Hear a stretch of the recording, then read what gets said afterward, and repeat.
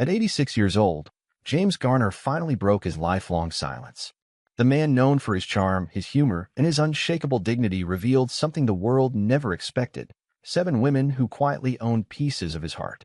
They weren't all famous, and they weren't all lovers. But each of them, in one way or another, changed the course of his life forever. For decades, he kept their names locked inside, out of respect and love.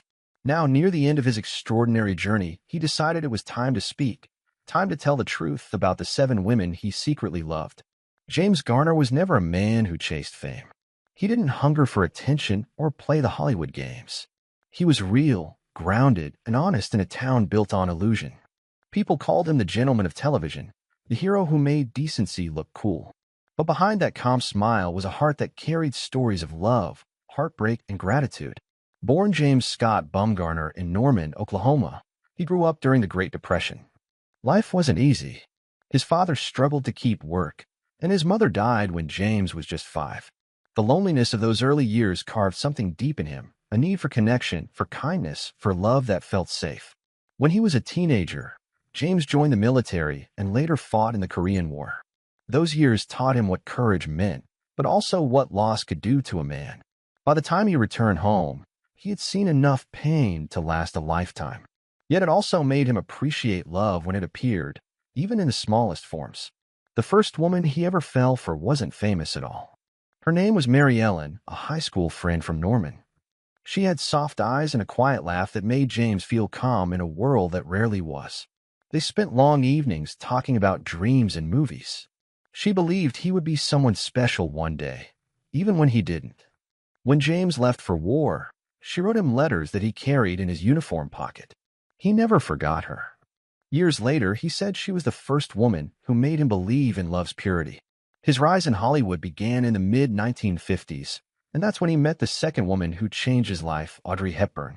They weren't lovers, but they shared a rare bond. Both were private, both hated the noise of fame, and both had an old-fashioned gentleness that stood out in the industry.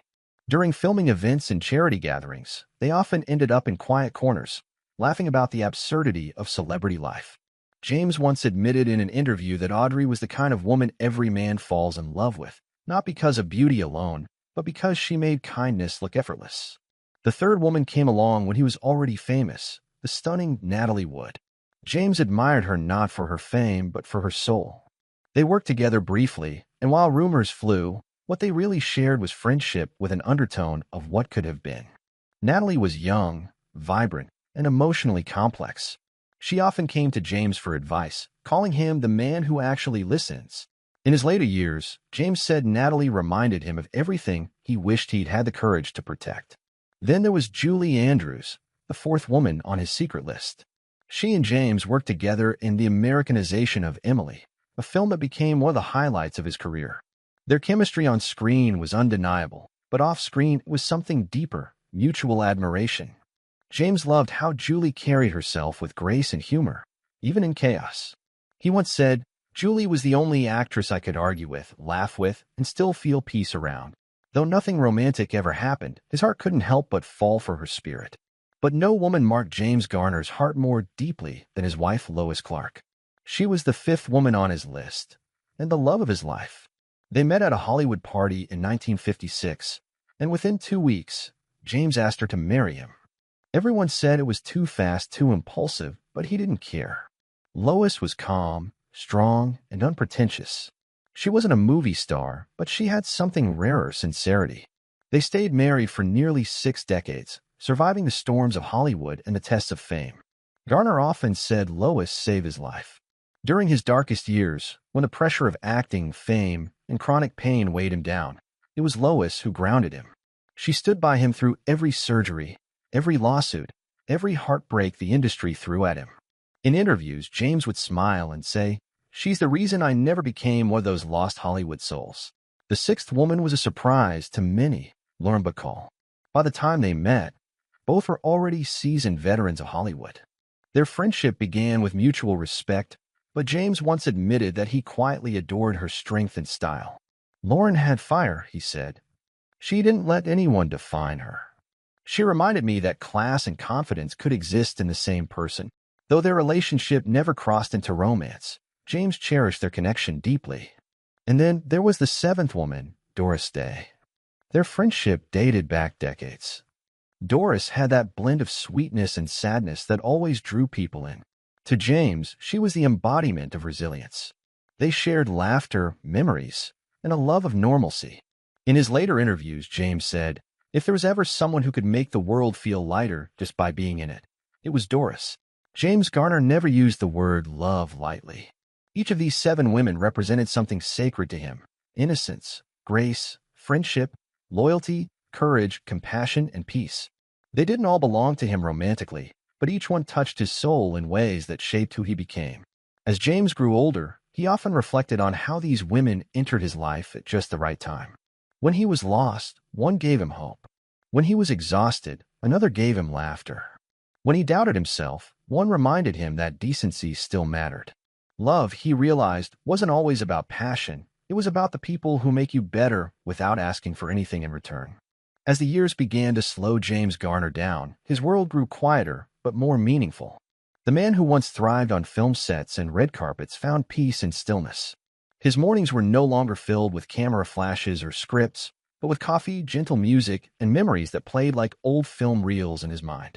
He had outlived most of his peers, survived the highs and lows of fame, and kept his dignity intact in an industry that often devoured its own. But even in his late 80s, one thing still weighed on him: unfinished stories of love.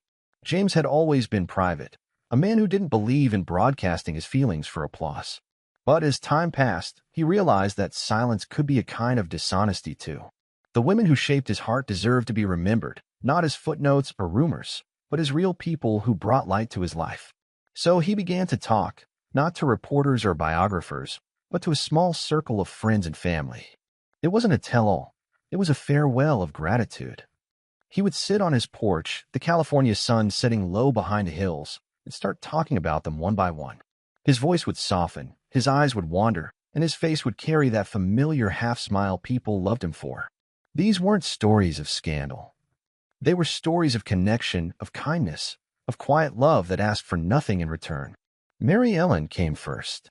Even after more than 60 years, he remembered her handwriting, the perfume on her letters, the way she said his name. She wasn't a Hollywood story. She was a reminder of who he was before fame touched him. "You never forget your first love," James once said. Not because she's perfect, but because she's the one who showed you what your heart is capable of. He spoke of how, during the Korean War, he would pull out her letters on sleepless nights. The words kept him human when fear tried to turn him cold. When he came back, he tried to find her, but life had already taken them in different directions. Still, she remained the quiet thread that tied his past to his present. Then he talked about Audrey Hepburn. His eyes would brighten when her name came up. Audrey, he said, wasn't just beautiful, she was kind in a way the world rarely sees. They had never shared a romance, but their friendship was something deep and unspoken. They would talk for hours at charity events, sharing frustrations about fame and longing for normal lives. Audrey once told him that the reason she liked him was because he treated her like a person, not a goddess. That meant everything to James. In her grace, he found peace.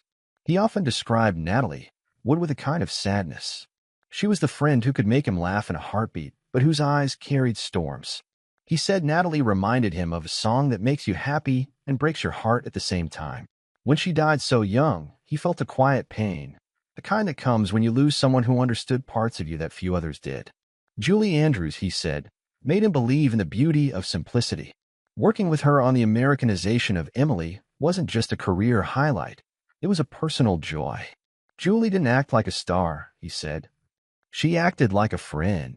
They would joke between takes, teasing each other about their lines, their accents, their coffee habits. He admired how she carried herself, with elegance but never arrogance. For James, Julie represented the kind of companionship that keeps you steady when life becomes too heavy. When the conversation turned to his wife, Lois Clark, there was a different tone altogether. His voice would break slightly, his eyes wet with emotion. "Lois was my compass," he said. "Every time I thought I was lost, she pointed me home." Their love story was one that didn't follow the rules. They married just 2 weeks after meeting, defying every warning from friends and studios. Hollywood didn't believe in quick marriages, but James believed in her. They were opposites in many ways. She was quiet where he was outgoing, private where he was playful, but their love endured through decades of chaos. When James had back problems that nearly ended his acting career, Lois became his rock. When producers tried to cheat him out of pay, she stood by him as he fought back. "She didn't just love me," he said once. "She believed in me when I didn't." He would talk about how their marriage wasn't perfect, how fame tested them, and how they argued like any couple. But every time he spoke her name, it carried reverence. After Lois passed away, something inside James dimmed. "I still reach for her hand sometimes," he told a friend. "Then I remember she's gone, and I realize how lucky I was to have had her at all." Then came Lauren Bacall. James described her as fire and silk. She had a fierce presence, the kind that commanded attention the moment she walked into a room. They met later in life, and though they were never romantically involved, James admitted that he admired her deeply. She was bold, confident, and unapologetically herself, qualities James always respected. They would share long conversations about Hollywood's golden era, both laughing about the absurdity of fame. She once told him, "You're too honest for this town, Jimmy." He laughed and said, "That's why I'm still sane." Lauren represented something rare to him, a woman who could stand tall in a man's world without losing her grace. James saw in her a strength that reminded him of Lois, unyielding, unbreakable, and timeless. Finally, there was Doris Day. To James, she was pure sunshine. He said that being around her felt like stepping into warmth after a long winter. Doris had seen her share of tragedy, but she carried herself with joy that could lift anyone's spirits. James often called her the laughter in hard times. They remained close friends, bound by their shared values and decency. He once shared how Doris called him during one of his hospital stays. "Jimmy," she said, "don't you dare start feeling sorry for yourself. You've got too much charm left to waste it on sadness." He laughed about that memory, saying, "That was Doris, always pulling people out of their dark moods." In those final years, James spent more time reflecting than speaking. But when he did speak, it was always with sincerity. He didn't regret much in life, but he did admit one thing: "I wish I told people I loved them more often." That was the core of his last confession. The 7 women he named were more than memories. They were his definition of love. His family said he wrote down their names in a small notebook, each one followed by a few lines describing what they meant to him. "For Mary Ellen," he wrote, "my first home. For Audrey, grace without walls. For Natalie, the light that burned too soon. For Julie, the laughter that saved me. For Lois, my forever. For Lauren, fire in class. For Doris, joy reborn." That notebook became something sacred to those who found it. It wasn't just a list. It was a map of his heart. It showed a man who didn't measure love by possession, but by gratitude. He never saw those women as conquests or chapters to move past. They were living reminders that love comes in many forms and leaves different imprints. James Garner's philosophy about love was simple but profound. You don't have to be with someone to love them. You just have to remember them kindly. He believed that real love was not ownership. It was appreciation. And that's what made his final confession so powerful. It wasn't a revelation meant to shock the world. It was a reflection meant to teach it. In one of his final interviews, he said something that touched millions. "I don't think love ever really leaves us. It just changes shape. Sometimes it's a person, sometimes it's a memory, and sometimes it's the peace you feel when you finally forgive yourself."